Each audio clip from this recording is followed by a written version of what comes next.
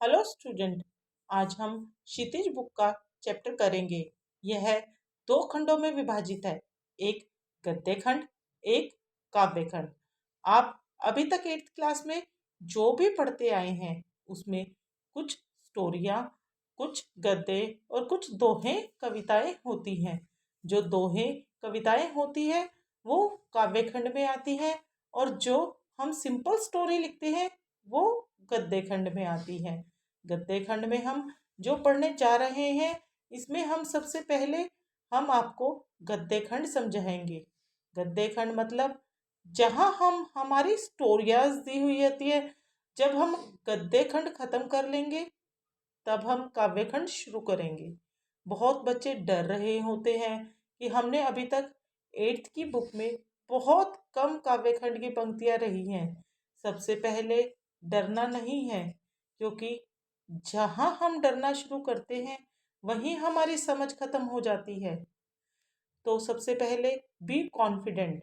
तो चलिए हम काव्य खंड भी आपको बताएंगे, लेकिन उससे पहले गद्य खंड बताएंगे। गद्य खंड को लिखने की विधाएं होती हैं। विधाएं मतलब वैसे तो हर वक्त स्टोरियों में ही लिखा जाएगा, मतलब वो गद्य में ही लिखा जाएगा। गद्य में हमेशा संस्मरण होता है। संस्मरण मतलब यादों से निकालकर हमको लिखना, वो संस्मरण कहलाता है। आलोचना, किसी चीज की आलोचना करते हुए लिखना आलोचना कहलाता है। इसी तरह कई विधाएं होती हैं लिखने की। जब हम पढ़ते हैं तो ये कौन सी विधा है वो हम बताएंगे। जो क्षितिज खंड का पहला चैप्टर है, दो बैलों की कथा, ये रचित है मुंशी प्रेमचंद्र जी द्वारा। प्रेमचंद्र जी हिंदी के बहुत ही सम्माननीय कवि हैं। आपने बचपन से उनके साहित्य की बहुत सारी रचनाएं पढ़ी होंगी। आज हम उनकी रचनाओं में दो बैलों की कथा पढ़ेंगे। इसमें दो बैल हैं, हीरा और मोती। वो बैल झूरी नाम के व्यक्ति के हैं। उसे किसी कारणवश किसी और को देने पड़ते हैं। जब हम पढ़ते हैं तो उनकी लाइफ में कैसे संघर्ष शुरू होते हैं ये सब चीज़ दिखाएंगे। ये कहानी आपके सामने रखी गई है, लेकिन इसके पीछे छिपी हुई और भी बातें हैं जो इसमें मेंशन नहीं की गई और जो आपको समझनी है। और हम उसी पर आधारित कुछ क्वेश्चन भी आपसे करेंगे। चलिए अब हम शुरू करते हैं। जानवरों में सबसे ज्यादा बुद्धिहीन समझा जाता है गधा। जानवरों में सबसे ज्यादा बुद्धिहीन किसको समझा जाता है? गधे को। गधे में बुद्धिहीन मतलब जिसकी कोई बुद्धि ही नहीं होती है। हम जब किसी आदमी को परले दर्जे का बेवकूफ कहना चाहते हैं तो उसे गधा कहते हैं। ये मतलब जैसे हम किसी व्यक्ति को कहते हैं बेवकूफ है ये, कि काम ढंग से नहीं करता, उसको हम गधे का दर्जा देते हैं कि गधे के समान वो काम करता है। गधा सचमुच बेवकूफ है, या उसके सीधेपन और उसकी निरापद सहिष्णुता ने उसे यह पदवी दी है। क्या गधा सचमुच में बेवकूफ है या अपने सीधेपन के कारण पागल कहलाता है? वो उसमें सहिष्णुता मतलब सहन करने की शक्ति, उसमें सहन करने की शक्ति बहुत ज्यादा होती है। इसका निश्चय नहीं किया जा सकता कि उसका हम निश्चय ही नहीं कर सकते कि उसमें कितनी सहन करने की शक्ति होती है। उसे कितना ही मार लो, कितना ही वो कर लो, चाहे तुम खाना भी न दो, पर वो सहन करता रहता है, कभी कुछ नहीं बोलता। गाय सींग मारती है, गाय भी सींग मारती है। ब्याई हुई गाय तो अनायास ही सिहिनी का रूप धारण कर लेती है। ब्याई हुई गाय मतलब जिसका जो प्रेग्नेंट होती है वो हमेशा के ही सींग मारने, सिहिनी जैसा रूप धारण करके रखती है, मारने के लिए तैयार रहती है। कुत्ता भी बहुत गरीब जानवर है। जो ये कुत्ता होता है ना वो भी बहुत बेचारा गरीब जानवर होता है। उसको भी उसका मालिक जैसे रखता है वैसे ही वो रहता है। लेकिन कभी कभी उसे भी क्रोध आ जाता है। जब उसके साथ हम बहुत ज्यादा बुरा करते हैं तो उसको भी क्रोध आ जाता है। किंतु गधे को कभी क्रोध करते नहीं सुना। लेकिन हमने गधे को कभी क्रोध करते हुए नहीं सुना। हमने कभी देखा भी नहीं कि गधा कभी गुस्सा कर रहा है जितना चाहे गरीब को मारो, उस बेचारे को हम कितना ही मार लें, चाहे जैसी खराब सड़ी हुई घास सामने डाल दो, उसके चेहरे पर कभी असंतोष की छाया भी नहीं दिखाई देगी। उस बेचारे को चाहे हम कितना भी मार लें, कितनी ही खराब सड़ी हुई खाने को चीजें दे दे, घास डाल दे, वो बेचारा कभी भी गुस्सा नहीं दिखाता। वैशाख में चाहे एक आध बार कुलेल कर लेता हो। वैशाख मतलब अप्रैल माह का महीना। अप्रैल माह के महीने में वो चाहे एक बार खेल, कुलेल मतलब खेलना, खेल करना, खेल भी लेता हो, पर वैशाख में वो एक आध बार कुलेल कर भी लेता हो, पर हमने उसे कभी खुश होते नहीं देखा। फिर भी वो खेलते हुए भी खुश होते हुए नहीं देखा गया कभी भी।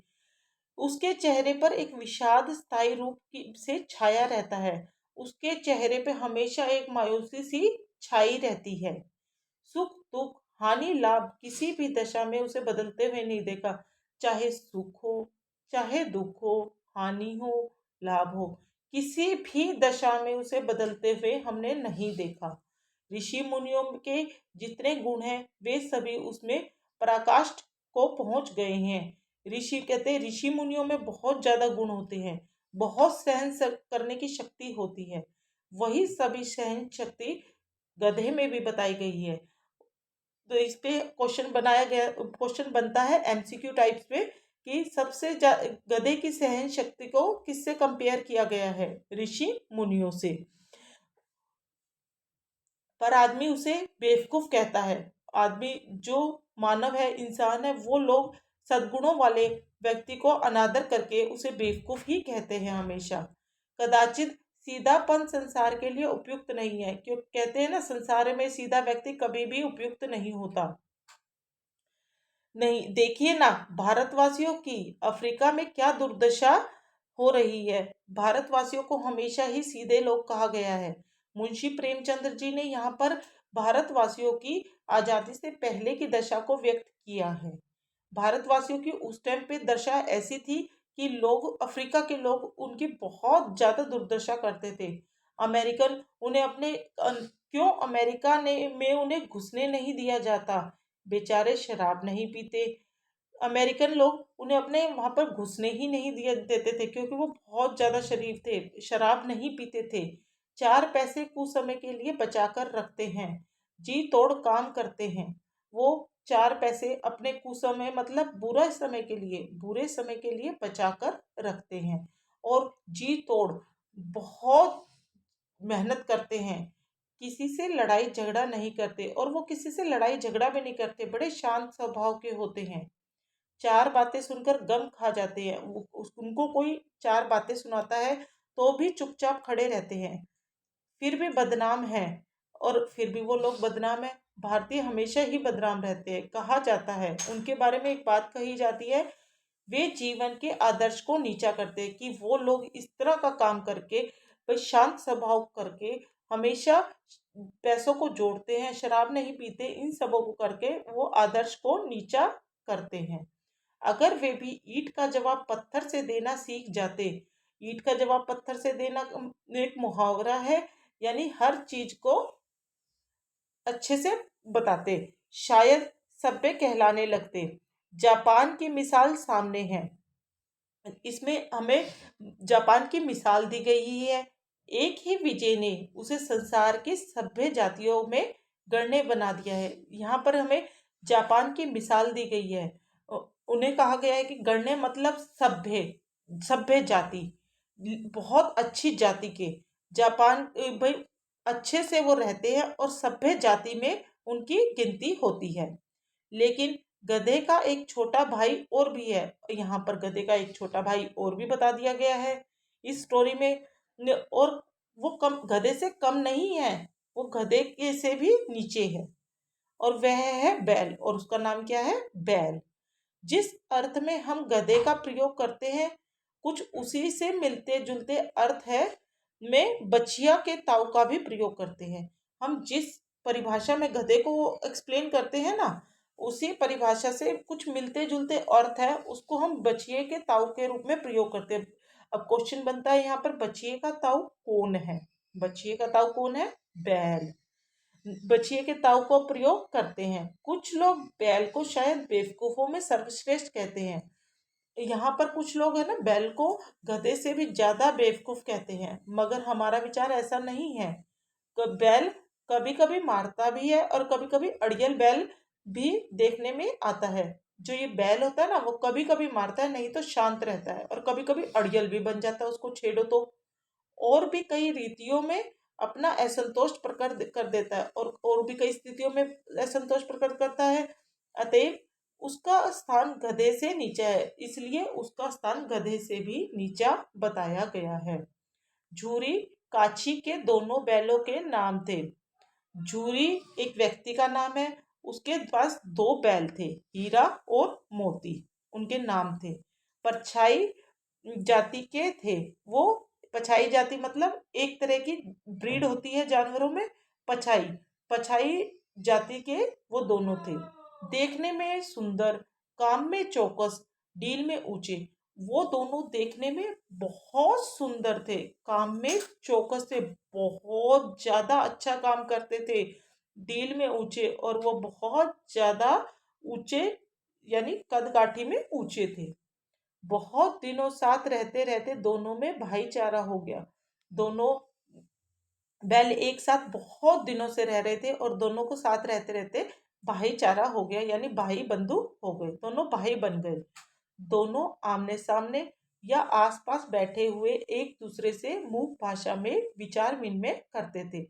वो दोनों बैल आमने सामने बैठते थे, आसपास बैठते थे, और आपस में जो विचार भाषा से का प्रयोग करते थे, मुख भाषा का, यानी आप आपस में इशारों से बात करते थे, अपने विचारों को, अपनी बातों को एक दूसरे को बताते थे इशारों में। एक दूसरे के मन की बात कैसे समझ जाता था हम नहीं कह सकते। वे दोनों एक दूसरे की बातों को कैसे समझ सकते थे वो हम नहीं बता सकते। अवश्य ही उनमें कोई ऐसी गुप्त शक्ति थी, उनके अंदर कोई ऐसी ही कोई शक्ति थी जिससे वो एक दूसरे की बातों को समझ जाते थे, जिससे जीवों में श्रेष्ठता का दावा करने वाला मनुष्य वंचित है। जिससे यह शक्ति मनुष्य के अंदर नहीं है, वो आपस में नहीं विचार विमर्श कर सकता ऐसे मूक भाषा में। एक दूसरे को चाट कर और सूंघकर अपना प्रेम प्रकट करते थे। वे जो दोनों बैल थे हीरा और मोती, वो एक दूसरे को चाटते थे, सूंघते थे। इस तरह वो अपना प्रेम को प्रकट करते थे, एक दूसरे के प्रति अपने प्यार को प्रकट करते थे। कभी कभी दोनों सींग भी मिला लिया करते थे, एक दूसरे विग्रह के नाते से नहीं, केवल विनोद के भाव से। वो दोनों कभी कभी एक दूसरे से सींग भी मिलाते थे, एक दूसरे को सींग मारते थे, लड़ाई के मतलब से नहीं, केवल विनोद के भाव से। विग्रह मतलब लड़ाई, विनोद मतलब यहाँ पर प्यार के उससे, खेलने के उससे के भाव से वो एक दूसरे को सींग मारते थे।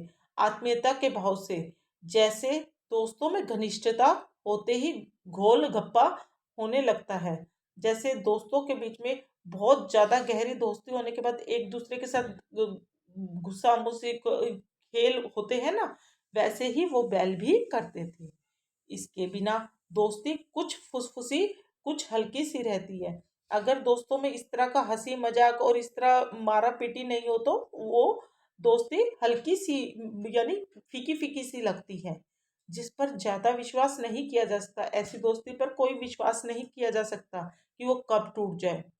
जिस वक्त ये दोनों बैल हल या गाड़ी में जोत दिए जाते और गर्दन हिला हिला कर चलते, जब वो दोनों बैल है ना गाड़ी के अंदर जोत दिए जाते खेतों में जुताई करने के लिए, तब वो गर्दन को हिला हिला कर खुशी से चलते थे।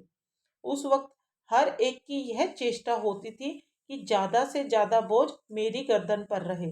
उस समय हीरा और मोती दोनों की यह चेष्टा होती थी। हीरा सोचता था कि मेरी गर्दन पर बोझ ज्यादा हो जाए, मोती को ना उठाना पड़े, और मोती सोचता था कि मेरे ऊपर बोझ ज्यादा हो, हीरा को ना उठाना पड़े। दिन भर के बाद दोपहर या संध्या को दोनों खुलते। सारा दिन खेतों में काम करने के बाद दोपहर को या शाम के समय जब भी उनका मालिक उनको खोलता था, तो एक दूसरे को चाट चाट कर अपनी थकान मिटा लिया करते थे। तो वो हीरा और मोती एक दूसरे को चाटते थे और अपना प्यार प्रकट करते थे, जिससे उन दोनों की थकान मिट जाती थी। नाद में खली भूसा पड़ जाने के बाद दोनों साथ उठते।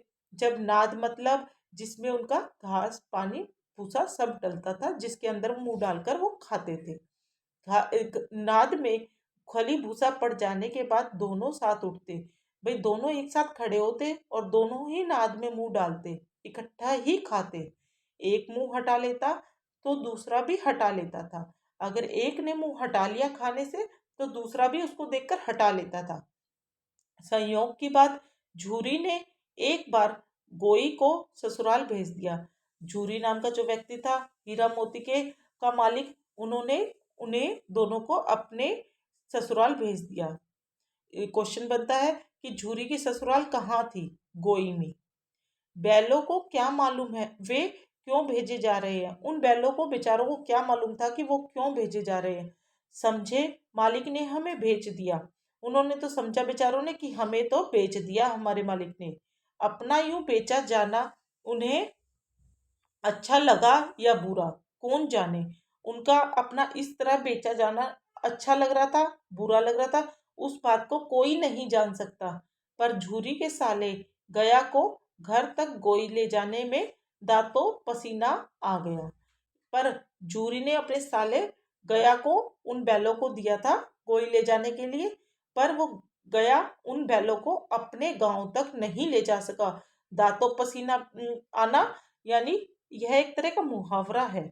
इसका मतलब बहुत मेहनत करना।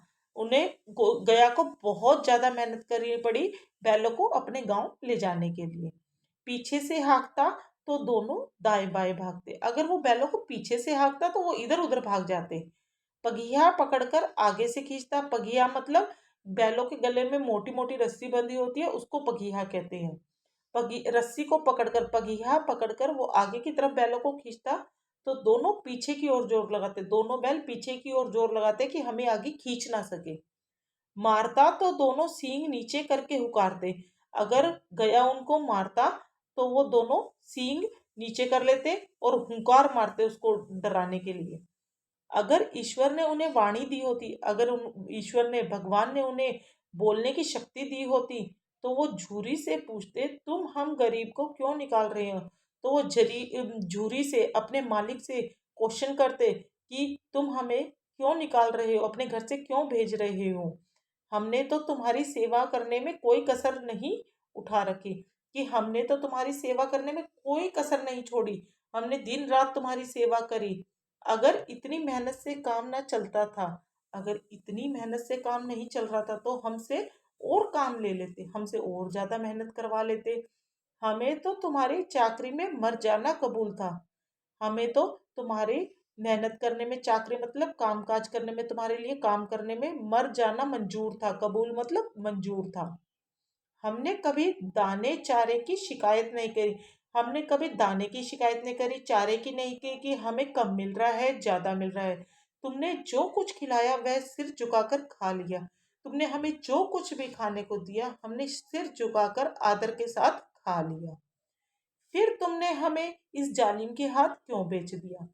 फिर तुमने हमें कि इसके हाथ क्यों बेच दिया, इसके साथ क्यों भेज दिया? संध्या समय दोनों बैल अपने नए स्थान पर पहुंचे। शाम का समय हो गया। दोनों बैल गया के साथ अपने उसके घर पहुंच गए। दिन भर के भूखे थे वो दोनों बैल, दिन भर के भूखे थे। लेकिन जब नाद में लगाए गए तो एक ने भी उसमें मुंह न डाला। गया ने जब उन्हें नाद में लगा दिया तो एक ने भी उसमें से कुछ भी नहीं खाया। दिल भारी हो रहा था, उन दोनों बैलों का दिल बहुत भारी हो रहा था। नया गांव, नए आदमी उन्हें बेगाने से लगते हैं। वो वाला गांव, सब वहाँ के लोग सब नए थे और वहाँ के लोग उन्हें सब नए लग रहे थे, सब बेगाने लग रहे थे। उन्हें अच्छा ही नहीं लग रहा था वहाँ पर। उन्हें कुछ समझ नहीं आ रहा था कि वह आज उनसे छूट गया, उसका पुराना गांव उनसे छूट गया। दोनों ने अपनी मूक भाषा में सलाह की, एक दूसरे को कनखियों से देखा। उन दोनों बैलों ने अपनी भाषा में, इशारों में एक सलाह की, एक दूसरों की कनखियों से देखा और एक साइड से आग के इशारों से देखा। और लेट गए और वहीं पर लेट गए। जब गांव में सोता पड़ गया, जब सारा गांव सो गया आधी रात के टाइम, तो दोनों ने जोर मारकर पगे तुड़ा डाले। पगे मतलब जिस खुट्टा, लकड़ी का खुट्टा जिस पर बैलों को बांधते हैं, रस्सी से बांधते हैं। तो जब गांव में आधी रात के टाइम सारे सो गए, तो दोनों बैलों ने जोर लगाकर पगों से रस्सी को तोड़ डाला और घर की तरफ चले और अपने घर की तरफ, झूरी के घर की तरफ भाग पड़े। पगे बहुत मजबूत है थे। वो वाले पगे बहुत मजबूत थे। अनुमान ना हो सकता था कि कोई बैल उन्हें तोड़ सकेगा। इसका कोई भी अनुमान नहीं लगा सकता कि उन्हें कोई तोड़ सकेगा, बैल भी तोड़ सकेगा। पर इन दोनों में इस समय दूनी शक्ति आ गई। पर उन दोनों बैलों में उस समय इतनी शक्ति आ गई थी कि उन्हें वहां से भागना था और अपने घर जाना था, और उन्होंने पगहे भी तोड़ दिया। एक एक झटके में रस्सियां टूट गई। उन्होंने इतना जोर लगाया कि वो पगहे से रस्सी एक ही झटके में टूट गई। झूरी प्रातःकाल सोकर उठा। झूरी सुबह सुबह सोकर उठा। उस तो देखा कि दोनों बैल चरनी पर खड़े हैं। चरनी मतलब जहां पर बैल चारा खाते हैं, वहां पर। तो वो बाहर आया, उसने देखा दोनों बैल वहां पर खड़े हैं। दोनों की गर्दनों में आधा आधा गराव लटक रहा है। गराव मतलब आधी आधी रस्सी लटकना। दोनों की गर्दनों पर आधी आधी रस्सी लटक रही है। घुटने तक पांव कीचड़ से भरे हैं और दोनों की आंखों में विद्रोह में स्नेह झलक रहा है। उनके पैर घुटनों तक कीचड़ में भरे हुए हैं, वहां से भाग कर आए हैं, कीचड़ में भरे हुए हैं, और दोनों की आंखों में विद्रोह में स्नेह झलक रहा था। यानी विद्रोह कर रहे थे वो कि हमें यहाँ से क्यों भेजा, मुझसे बात कर रहे थे। झूरी बैलों को देखकर स्नेह से गदगद हो गया। झूरी जो था वो बैलों को देखकर प्रसन्न हो गया, बहुत ज्यादा खुश हो गया। दौड़कर उन्हें गले लगा लिया और भागकर उन्हें अपने गले लगा लिया। प्रेमालिंगन और चुंबन का वह दृश्य बड़ा ही मनोहर था। झूरी ने उन्हें गले लगा रखा था, और चुंबन मतलब किस का वह दृश्य बहुत ही मन को हरने वाला था। घर और गांव में लड़के जमा हो गए। घर के, गांव के जितने भी लड़के थे, लड़के थे, सब इकट्ठे हो गए और तालियां बजा बजा कर उनका स्वागत करने लगे। वो सब तालियां बजा बजा कर उनका स्वागत करने लगे।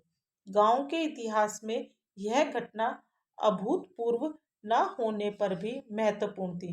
गांव के इतिहास में यह घटना, ये नहीं कि पहले नहीं हुई है, पहले भी हुई है, पर यह अभूतपूर्व थी, ऐसी कभी नहीं हुई। बाल सभा ने निश्चय किया, सभी बालकों की टोली ने यह निश्चय किया, दोनों पशु वीरों को अभिनंदन पत्र देना चाहिए, कि दोनों बैलों को अभिनंदन करना चाहिए। अपने घर से रोटियां लाया, कोई गुड़, कोई चाकर। कोई तो अपने घर से रोटी लेके आया उनके लिए, कोई गुड़ लेके आया, कोई चाकर और कोई भूसी। अब आगे का वीडियो हम नेक्स्ट वीडियो में प्रोवाइड करवाएंगे। हम लोगों ने सोचा है कि आपको समरी भी प्रोवाइड करवाएंगे। हम chapter word to word meaning के साथ कवर करेंगे। कैसा लगा वीडियो जरूर बताइए, लाइक करिए, शेयर करिए, चैनल को सब्सक्राइब करिए और अपने फ्रेंड्स के साथ भी शेयर करिए। Thank you.